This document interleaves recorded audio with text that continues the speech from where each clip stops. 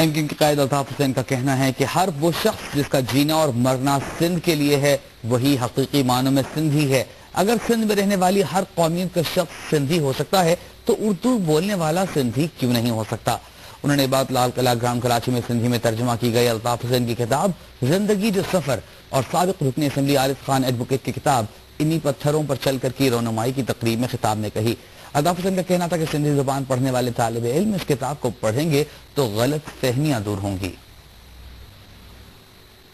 عاشق اسدی نے جو کام کیا ہے سندھی زبان میں کہتا ہوں جو MKM کا کارکن ہے وہ ان کتابوں کو اپنی زبان میں ترجمہ کر کے اپنے لوگوں تک پہنچائے۔ متحدہ قومی موومنٹ کے قائد الطاف حسین نے کہا ہے کہ اردو اور سندھی بولنے والے عوام میں غلط فہمیاں پیدا کی جا رہی ہیں۔ قومی یکجہتی کی جتنی ضرورت سندھ میں ہے اتنی کہیں اور نہیں۔ کراچی میں متحدہ قومی موومنٹ کے قائد الطاف حسین کی حالت زندگی پر لکھی گئی کتاب سفر زندگی کے سندھی ترجمے کی تقریب رونمائی ہوئی۔ تقریب سے خطاب میں الطاف حسین نے کہا کہ سندھ کے عوام میں غلط فہمیاں پیدا کی جا رہی ہیں، عوام یکجہتی کا مظاہرہ کریں۔ سندھ میں جو غلط فہمیاں پھیلائی جا رہی ہیں، سندھ میں اس وقت ہم آہنگی، دیکھیں ہم آہنگی کی یکجہتی کی تو پورے پاکستان میں ضرورت ہے۔ الطاف حسین نے کہا کہ سندھ میں بہت سے لوگ بستے ہیں جن کے نام کے ساتھ میمن، بلوچ، پٹھان اور دیگر قومیتوں کے نام جڑے ہیں، یہ سب سندھی ہیں۔ بالکل اسی طرح سے اردو بولنے والے بھی سندھی ہیں۔ جو مستقل طور پر سندھ میں اس طرح آباد ہے کہ اس کا پیدا ہونا، جینا، مرنے کے بعد اس کی لاش سندھ کی دھرتی میں دفن ہوتی ہے۔ ایسا شخص جو مستقل طور پر اس طرح سندھ میں آباد ہے اس کو سندھی کہتے ہیں۔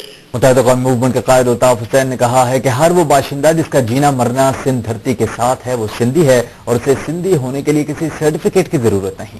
کراچی سے محمد علی حفیظ کی رپورٹ۔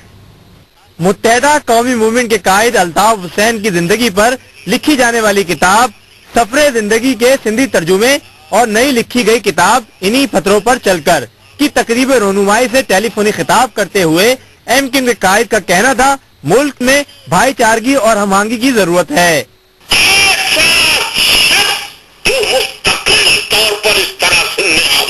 آپ کو لے چلیں گے کراچی جہاں پر متحدہ قومی موومنٹ کے قائد الطاف حسین اس کا خطاب کریں گے۔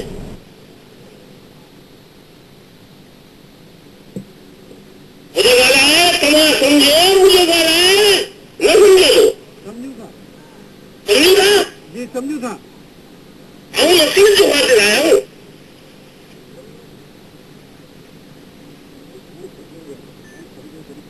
ماشاء اللہ ماشاء اللہ خیال ہے صحیح ماشاء اللہ۔ یہ جو عاشق اسدی نے جو کوشش کی ہے عاشق حسین اسدی نے، میں ساتھیوں کو اور ساتھیوں کے ذریعے تمام MKM کے پورے پاکستان بھر کے کارکنوں کو یہ پیغام اور نصیحت کرنا چاہتا ہوں کہ عاشق اسدی نے جو کوشش کی ہے وہ کوئی اپنی یہ کوشش نہیں ہے کہ انہوں نے میرے اوپر کوئی کتاب لکھی ہو، بلکہ ایک لکھی ہوئی کتاب کا انہوں نے سندھی زبان میں ترجمہ کیا ہے، جو میری کتاب بار بار متعدد بار شائع کی جا چکی ہے۔ سفر زندگی جنگ پبلیکیشنز نے اسے شائع کیا تھا، اس کا ترجمہ انہوں نے سندھی زبان میں کیا ہے، زندگی جو سفر۔ اچھا اب یہ پروگرام میں میرے کوئی خطاب وغیرہ کا نہ پروگرام تھا نہ میرے پاس وقت ہے، میں میٹنگ سے اٹھ کے یہ صرف بات کر رہا ہوں۔ تو بات یہ ہے کہ سندھ میں اس وقت ہم آہنگی، دیکھیں ہم آہنگی کی یکجہتی کی تو پورے پاکستان میں ضرورت ہے، لیکن سندھ میں جو غلط فہمیاں پھیلائی جا رہی ہیں کہ سندھی اور مہاجر یعنی مہاجر کو میں نے کنورٹ کر کے میں نے کیا بلکہ پوری قوم نہیں کہ بھائی ہم